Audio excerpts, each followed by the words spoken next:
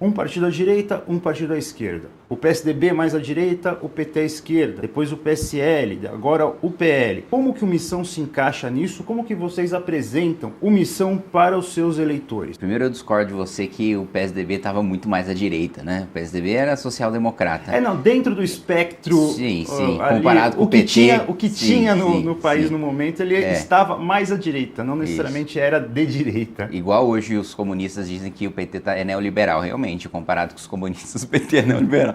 Mas eu também discordaria que o PL é um partido de direita. O PL é um partido centrão, né? Que serve de barriga de aluguel para os bolsonaristas, né? É o Valdemar da Costa Neto. Sim, gente, me desculpe, o Valdemar da Costa Neto, ele não é um sujeito de direita. Ele foi preso no mensalão, né? Continua conduzindo alianças pelo país que não tem nada de programáticas, que não tem nada de ideológicas. Então, acho que o Partido Missão, primeiro, né? Não tem nenhum histórico de corrupção, né? Considerando a trajetória do MBL, mas porque o partido acabou de ser criado. Tem coerência e profundidade ideológica, coisa que o bolsonarismo não tem, né? Tanto que você vê que tudo que une o bolsonarismo é a figura do Bolsonaro. Não tem nenhum programa, né? Que você fala, não, o bolsonarismo acredita em quê na infraestrutura?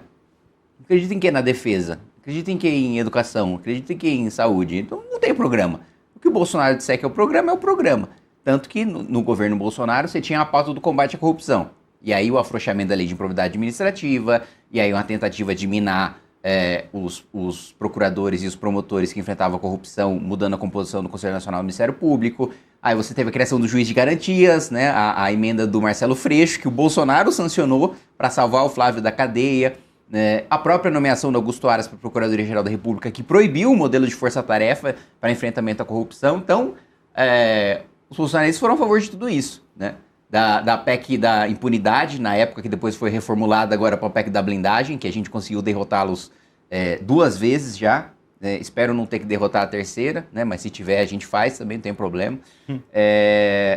Na parte econômica, né? Era para ser um liberalismo, fiscalismo, aí chegou no último ano de mandato, o PT votou junto com os bolsonaristas da PEC Kamikaze, que o próprio Paulo Guedes se chamava de kamikaze.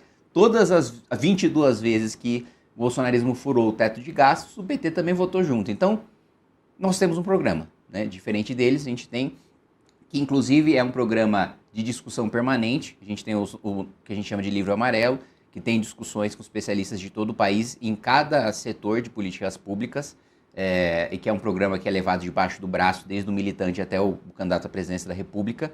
Então, e coragem para fazer enfrentamentos que o bolsonarismo, especialmente a família Bolsonaro, não tem, né? Então, eu diria que nós estamos no espectro de direita, com coerência, com um preparo que o bolsonarismo nunca teve, com um programa. Carol. Deputado, eu queria que o senhor falasse um pouquinho sobre o que vocês estão pensando para esse ano de 2026, para as eleições. Quantos candidatos o Missão está pretendendo lançar e em quais estados? Como que vocês estão organizando essas candidaturas nos estados? Nós vamos ter 54 chapas, né? Que é 27 em todos os estados para deputado federal, 27 em todos os estados para deputado estadual. Então, todo estado, o Partido Missão vai lançar candidato. Em alguns, você tem candidatura para governos estaduais. Hoje saiu pesquisa, aliás, também com o meu nome para o governo do estado. É uma avaliação que a gente vai fazer também em junho, se eu disputo o governo do estado de São Paulo ou se eu disputo a reeleição. Então, em todos os estados a gente vai ter chapa, em todos os estados a gente quer fazer votos para deputado federal. E a gente está muito otimista também com a pré-candidatura do Renan. A gente acha que isso vai trazer muito voto de legenda, né? Os partidos, geralmente, quando tem candidaturas à presidência forte, convertem os votos que o presidente tem 30%, 35% para a legenda, o que já ajuda também a eleger deputados, ainda que eles não tenham ainda tanta expressão nos seus estados. O Renan vai arrastar a eleição de deputados federais. Então, basicamente, no país inteiro a gente deve ter candidaturas. Deputado, trazendo um pouco mais essa discussão do programático do Missão, no último congresso do MBL, e aqui eu trato o MBL como Missão, como uma continuidade do que foi esse movimento Brasil Livre, do que é o movimento Brasil Livre. No último congresso de vocês, no final do ano passado, vocês trouxeram um pensador muito interessante, que é o Curtis Yarvin, né? Que conversou, que fez a palestra, inclusive deu uma entrevista aqui para o Metrópolis, e ele, que é um desses pensadores proeminentes do debate norte-americano, traz muito esse debate da crise da democracia ocidental, que é um pensamento que outros pensadores, especialmente os norte-americanos, como o Patrick Deneen, o Adrian Vermeulen, também tratam dessas ideias do que está acontecendo com as democracias ocidentais e onde que a gente vai parar.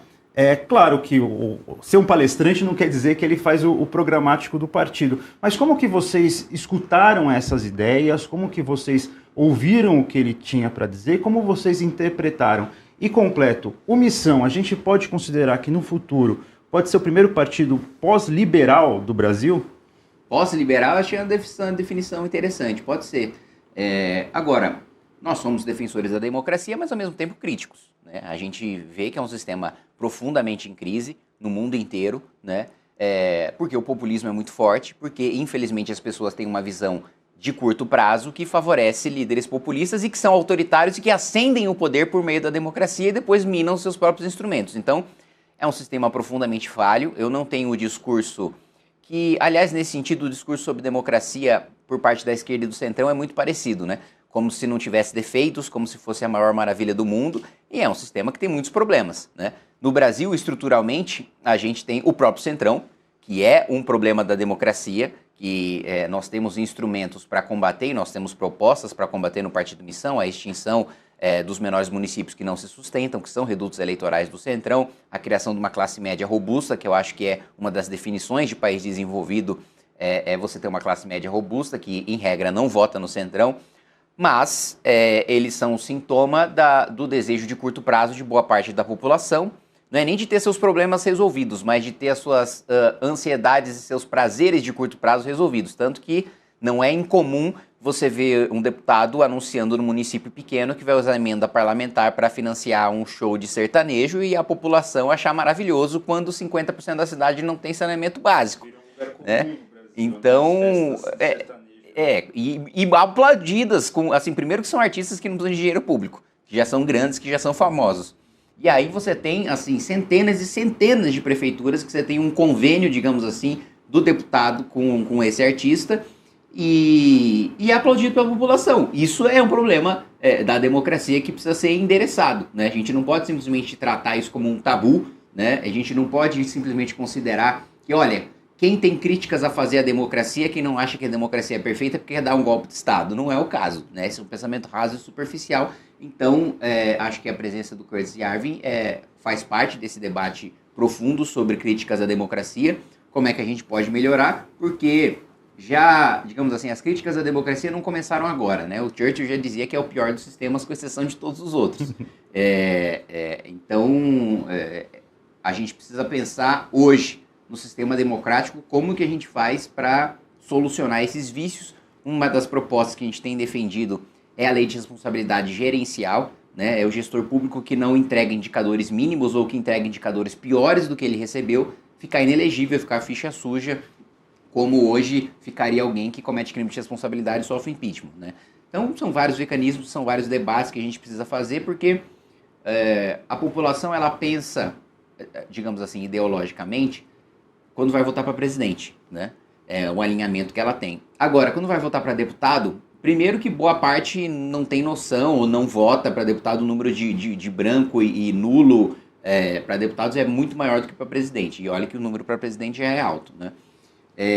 E depois que muitas vezes ele vai votar no deputado do Centrão que vai colocar dificuldade no governo do presidente que ele votou, né? Então, isso mostra uma deficiência do sistema que a gente precisa solucionar, mesmo porque foi uma coisa que eu disse recentemente, bom, eu sempre digo no plenário da Câmara, né? A maioria não lê o que vota, porque o que interessa é se o governo está pagando emenda ou se não está pagando emenda, né? E esse é um problema que a gente precisa, que o eleitor não está solucionando sozinho e que a gente precisa pensar numa remodelagem do sistema, né? Gostou do vídeo? Então se inscreve aí embaixo se tu curte ver cortes do japonês. Ah, e se quiser umas figurinhas bem engraçadas do Kimoshito, considere virar membro por apenas R$ 3,99. Like.